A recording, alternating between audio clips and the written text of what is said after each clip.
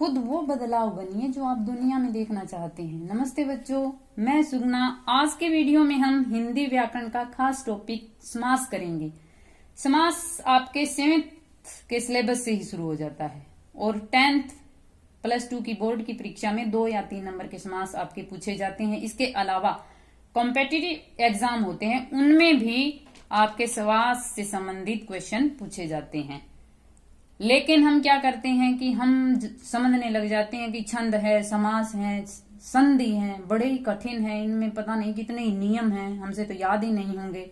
और ऐसे चक्करों में फंसकर हम उनकी ट्रिक बना लेते हैं और वो याद करना शुरू कर देते हैं। और अगर हम ट्रिक से याद करते हैं तो हमें कुछ याद नहीं रहता। और एग्जाम में इस तरह के समास आते हैं जिन पे ट्रिक चलती नहीं हमारी, और हमारे नंबर कट जाते हैं, हम फेल हो जाते हैं।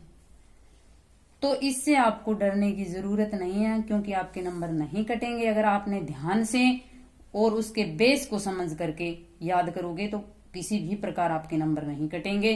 आज हम उसके बेस को, उसकी जड़ को बड़ी सरलता से, बड़ी आसान तरीके से समझेंगे। समास शब्द हमारा 2 शब्दों से मिलकर बना है। कौन सा? सम प्लस आस।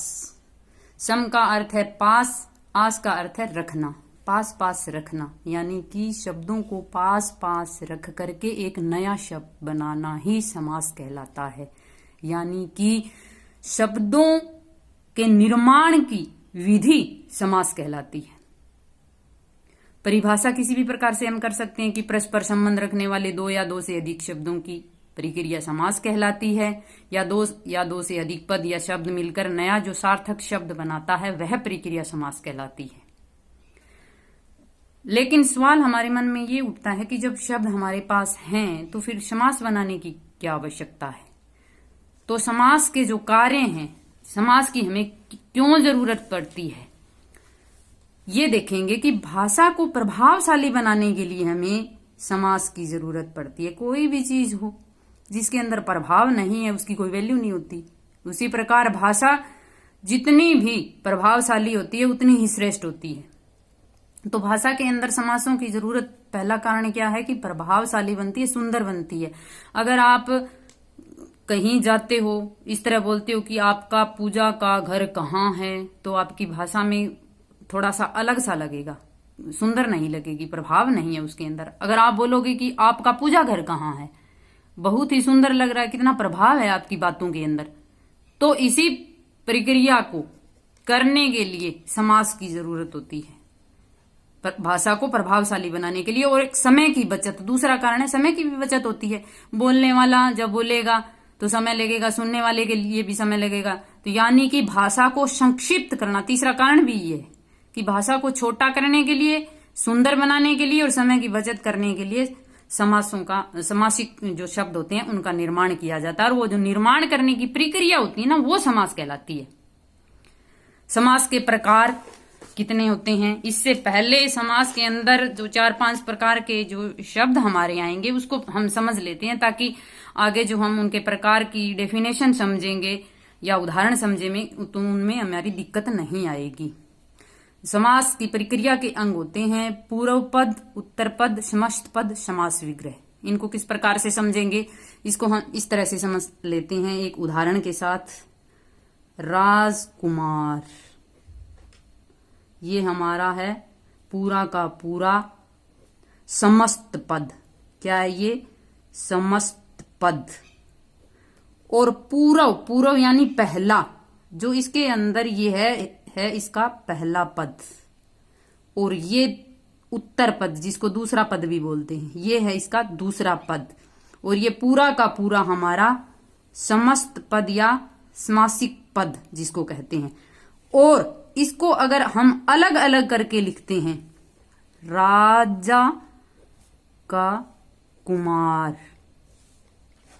अगर इसको अलग अलग करके लिखते हैं तो वो हमारा कहलाता है समास विग्रह। क्या कहलाता है? समास विग्रह। यानी कि विस्तृत करके, खुला करके, विस्तार दे करके जब हम इसको लिखते हैं तो वो समास विग्रह कहलाता है।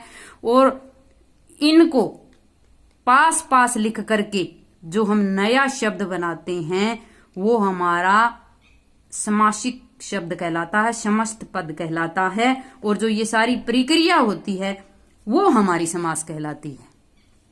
समास के प्रकार में भी एक मत नहीं है।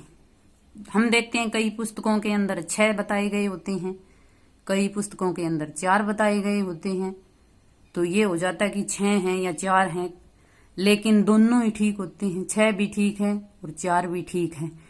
आपसे क्वेश्चन पूछ किस तरह से रखा है उस पर निर्धारित करता है। कि आपसे पूछ ले कि पदों की प्रधानता के आधार पे कितने समास हैं, तो आप बताओगे 4। पदों की प्रधानता के आधार पर कितने होंगे? 4। और हैं कितने? तो बोलोगे 6। टोटल कितने हैं? 6। तो हम देखते हैं कि पदों की प्रधानता के आधार पर 4 कौन कौन से हैं।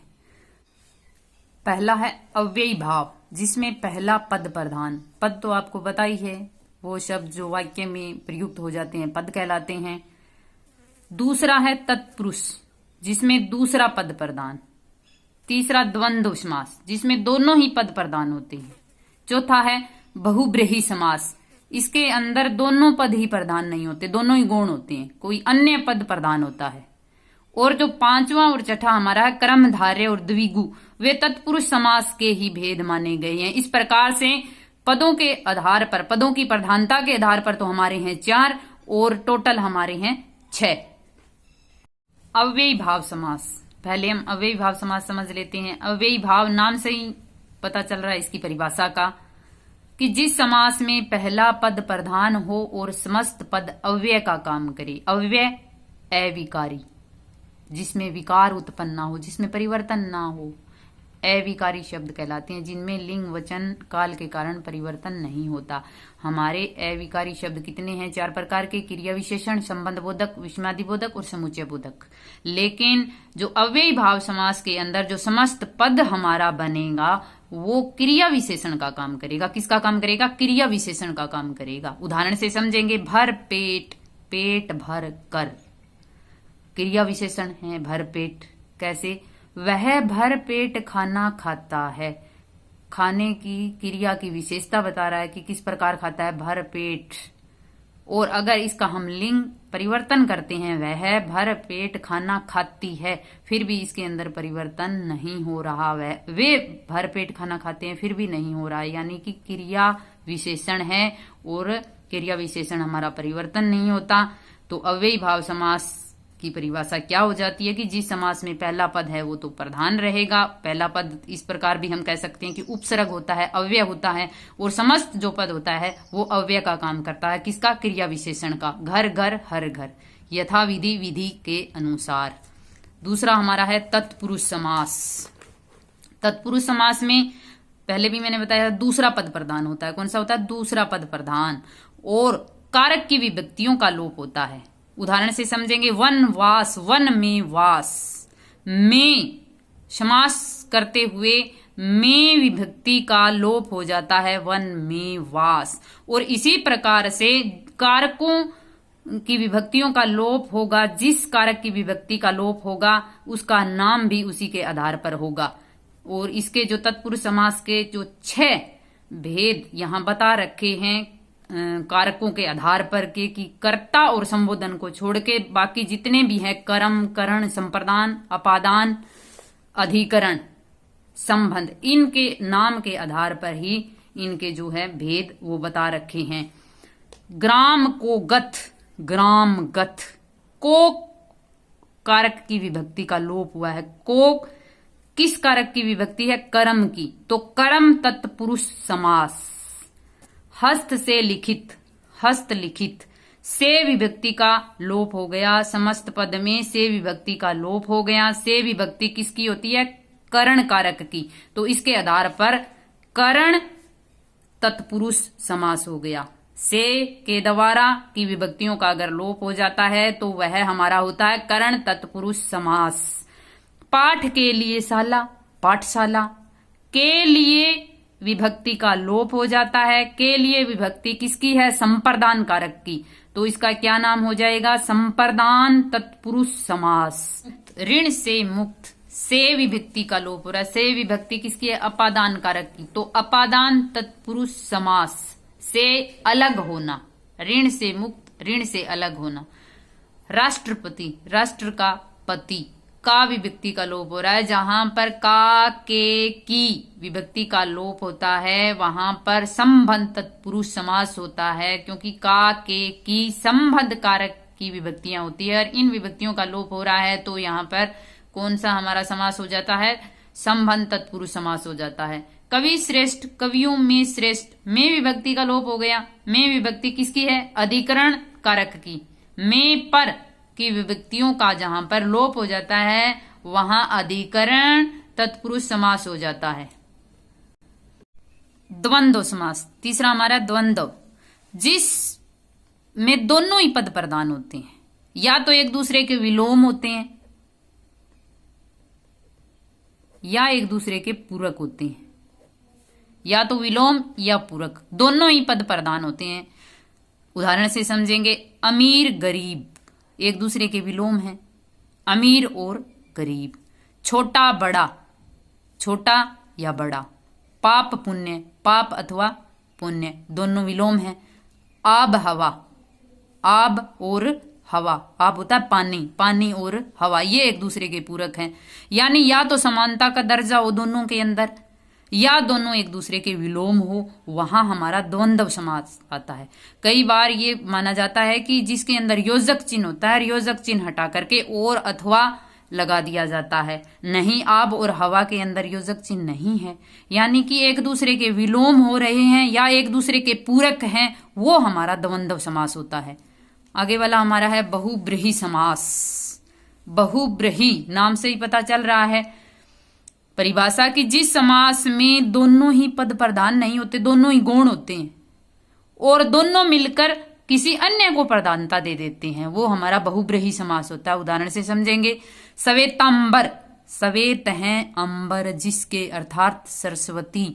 ना तो श्वेत पहला पद प्रधान है ना अंबर दूसरा, इसके अंदर संधि भी हो रही है, हमारे सब कुछ साथ साथ चलता है, संधि भी और समास भी। लेकिन संधि और समास में अंतर क्या है? संधि वर्णों के मेल से होती है और समास शब्दों के मेल से होता है। तो इसके अंदर भी ये हमारी देखो संधि भी हो रही है और समास भी हो रहा है। श्वेत है अंबर जिसके, अर्थात सरस्वती।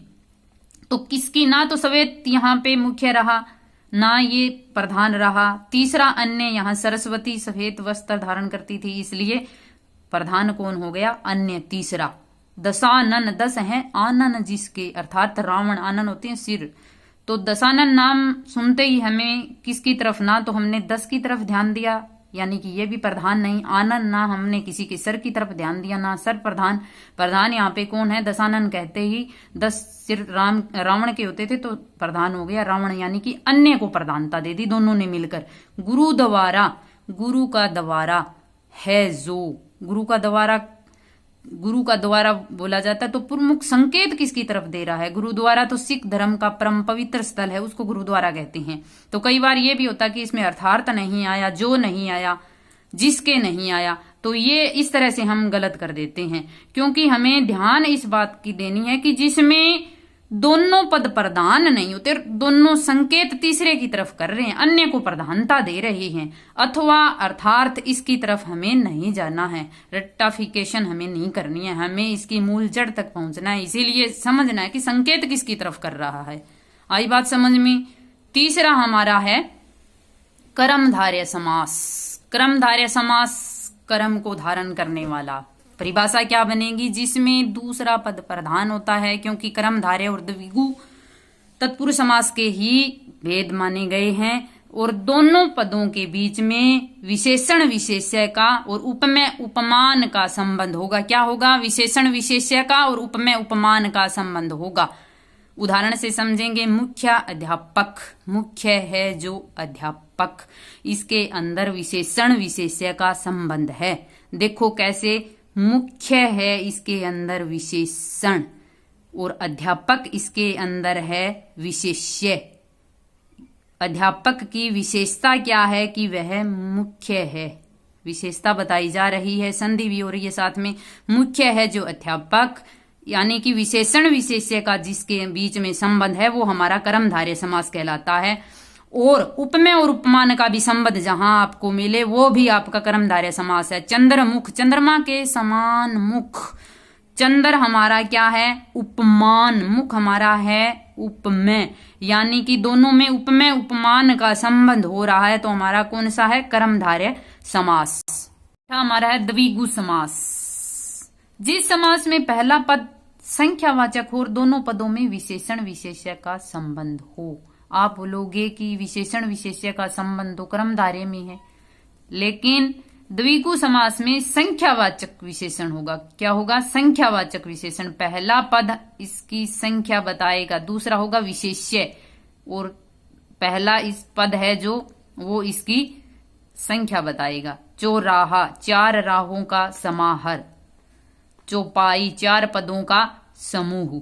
और इस प्रकार पहले हमने ये भी एक उदाहरण देखा था दशानन, यानी कि यह भी इसकी संख्या बता रहा है, सिर की संख्या बता रहा है कि आनंद सर 10 संख्या होती है। लेकिन इस बात का हमें ध्यान रखना है कि अगर वह अन्य की ओर संकेत कर रहा है तो वह हमारा बहुब्रीहि होगा, और अन्य की तरफ संकेत नहीं कर रहा है और पहला पद संख्यावाचक है और दूसरा हमारा है वो जो विशेष्य है उसकी विशेषता, संख्यावाचक विशेषता बता रहा है, तो वो हमारा द्विगु होगा।